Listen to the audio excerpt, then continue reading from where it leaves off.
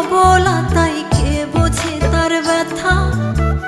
বুক ফাটে তো মুখ ফুটিয়া কয় না মনের কথা।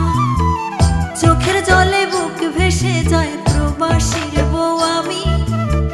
খোদার কাছে মোনাজাতে আপনারে চাই স্বামী।